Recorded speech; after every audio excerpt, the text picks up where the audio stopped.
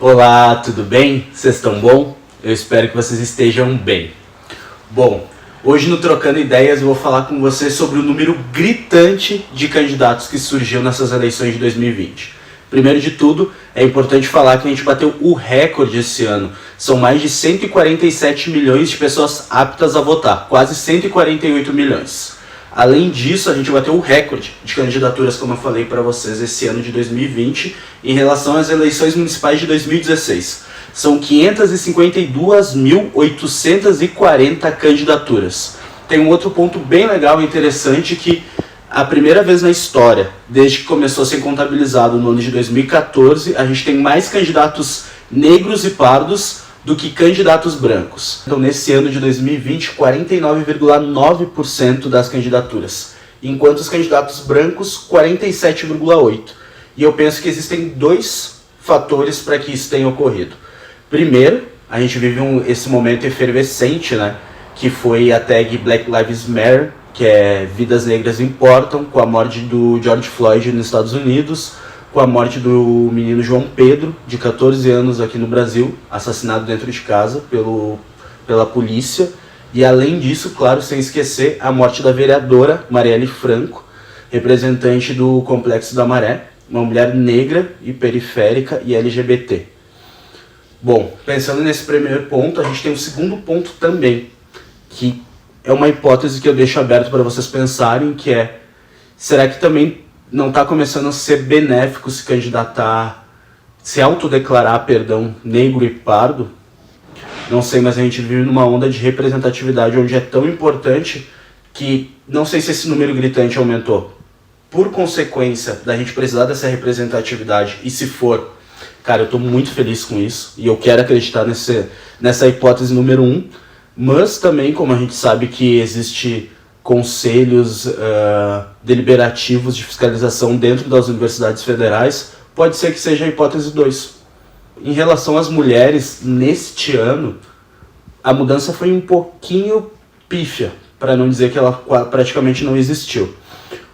Nas últimas eleições municipais de 2016, o eleitorado, as candidatas mulheres, representavam 32%. Para o ano de 2020, elas representam 33%. E o mais louco disso tudo é que o maior número de pessoas aptas a votar são as mulheres, 52,69%. Eu acredito que aí a gente tem um indício, né, de uma sociedade patriarcal. Mas o que de verdade aumentou nesse ano de 2020 são as candidaturas de policiais e militares. São 6.755 candidaturas, 12,5% a mais do que as eleições municipais de 2016. Mas o que a gente pode pensar sobre isso? Bom, a gente sabe que a pauta de segurança pública é extremamente importante e ela anda junto com educação e saúde. E dentro do imaginário do brasileiro, quando a gente vota num militar ou num policial, a gente está pensando em quê? Em ordem e autoridade. E outra coisa que também mexe com o imaginário do brasileiro, além da pauta saúde, educação e segurança, é a religião, a fé, né? Bom, no ano de 2020 a gente tem 8.704 candidatos que carregam consigo títulos religiosos. E o mais louco de tudo isso é que 51% deles é pastor ou pastora, 41% irmã ou irmã, restando então os outros 8% para os demais títulos. Mas o que aponta isso tudo? Não é uma crítica em relação aos títulos religiosos, mas sim a conexão, né?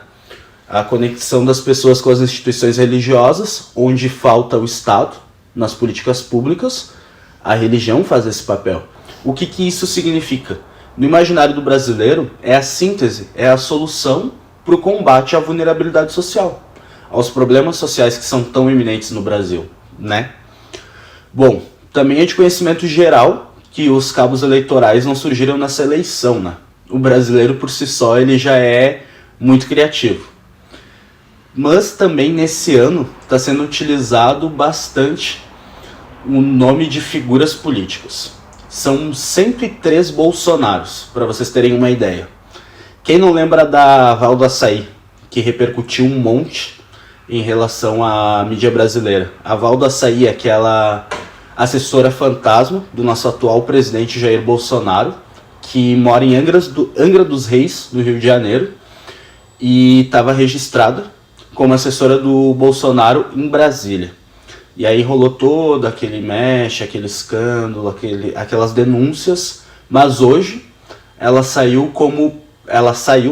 vai sair como candidata em 2020 como Val do Bolsonaro. Meus amigos aqui de Angra dos Reis, estou aqui com o Denilson e com a Val do Bolsonaro, que é uma referência pra gente aqui na região de Angra, uma pessoa dedicada, trabalhadora. Mas a oposição bolsonarista também tem candidatos, viu?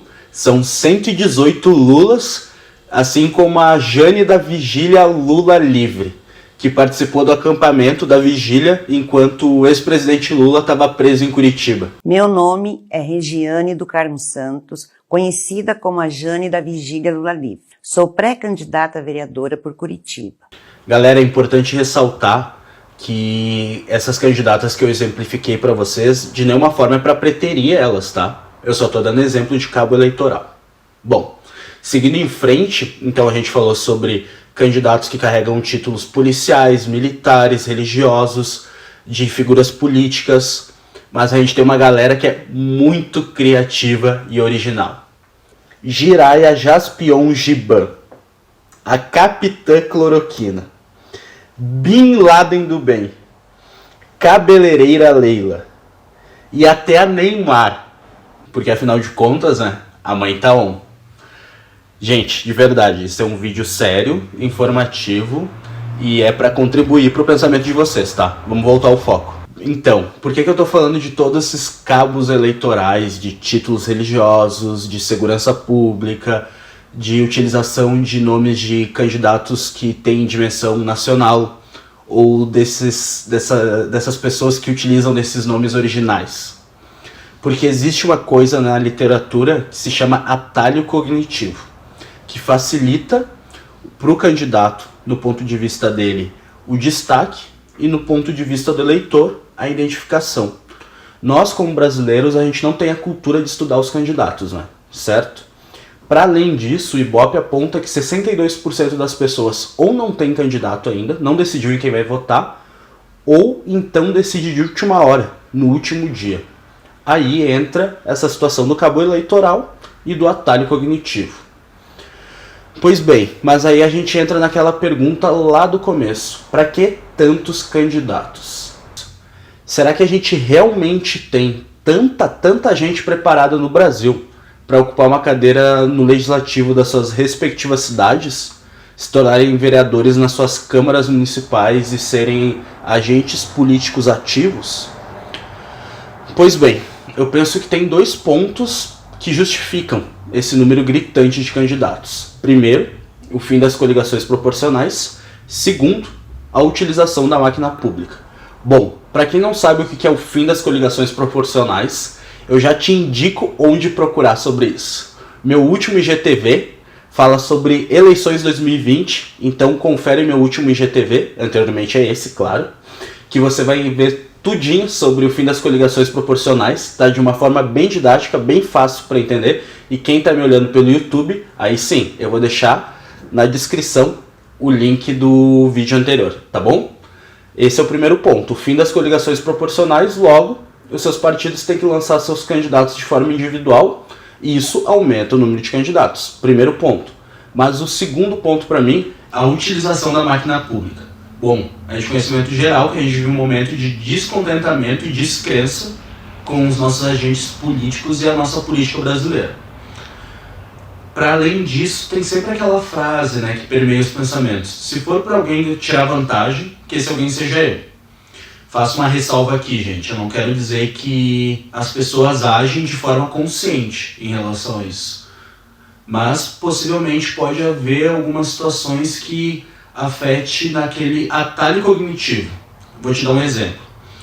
Por exemplo, quando sempre tem aquela pessoa que em algum momento já ouviu, cara, você tem que ser vereador, conhece todo mundo, você cumprimenta todo mundo, você tem que ser vereador. Isso é um exemplo de atalho cognitivo, que de alguma forma as pessoas começam a pensar, pô, se é para alguém tirar vantagem disso, ou se é para alguém se beneficiar com isso, que seja eu. Mas você já parou para pensar o quanto seria massa se quando você falasse para alguém que essa pessoa tem que ser vereador, você pensa assim, cara, você pensa em políticas públicas ótimas, você tem várias ideias de projetos de leis que poderiam ser implementados na nossa cidade para ser um lugar melhor. Isso sim. Aí você tem que pensar, cara, essa pessoa tinha que ser vereador. Não pelo fato dela conhecer um monte de gente, certo? E eu sei também que é muito difícil as eleições municipais pra gente, né? Porque ela trabalha com muita proximidade. Todo mundo conhece alguém que é candidato a vereador. Seja um amigo, seja um primo, seja um colega de trabalho, seja um cara que joga futebol junto. De alguma forma a gente sempre tem uma proximidade com alguém que é candidato a vereador. Mas é importante a gente pontuar uma coisa que todo mundo sabe. O voto é secreto. Só vai estar você e a urna. E tem uma outra situação que é muitíssimo importante de dizer. Vereador não constrói escola. Parece que eu estou falando mais do mesmo, mas não é de conhecimento geral. Vereador não constrói escola. Então, quando alguém se candidata ao poder legislativo, ele vai legislar. O que é legislar? Fiscalizar e propor leis. Vou dar um exemplo para vocês do porquê que o vereador não constrói escola. Porque ele vai propor um projeto de lei. Por exemplo, eu, Rodrigo, hipoteticamente, sou vereador aqui na minha cidade, Caxias do Sul.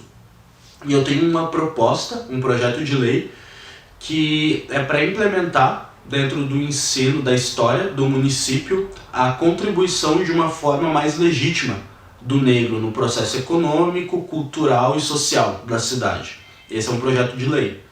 Aí eu vou levar isso ao plenário, vai ser votado, caso aprovado, aí sim vai ser mandado para o Poder Executivo, que é o que, em nível de município, são os prefeitos. O prefeito, junto com a Secretaria da Educação, que vai fazer isso ser implementado nas escolas. Não é o Poder Legislativo. Então quando o vereador disser para ti, ou vir com uma proposta de pavimentação de rua, construção de escola, isso não existe.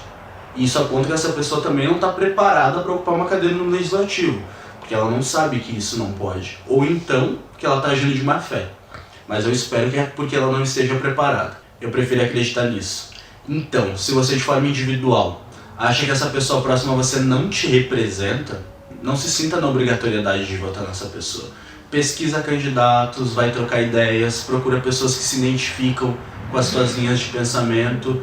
A gente não é obrigado a votar por proximidade. A gente tem que pensar num melhor ambiente político. E é responsabilidade de todos nós construir isso, né? Parece uma balela falar que o nosso voto é precioso, tudo isso, de uma forma geral. Mas se a gente continuar acreditando que é balela, a gente não vai conseguir avançar e a gente vai só continuar reclamando sobre o nosso sistema político. E eu tenho certeza que você que está assistindo isso não quer ficar só reclamando, né? Gente, o Trocando Ideias vai ficando por aqui. Eu espero que vocês tenham curtido o conteúdo. Eu queria agradecer a todo mundo que está compartilhando, que está curtindo, que está comentando. Cara, eu tô muito, muito, muito feliz. Sério, vocês me dão mais motivação para estudar e procurar democratizar o conteúdo. E, por favor, ativa a notificação do meu IGTV. Eu vou ficar muito, muito faceiro, tá bom? Até o próximo Trocando Ideias. Um beijo e um cheiro.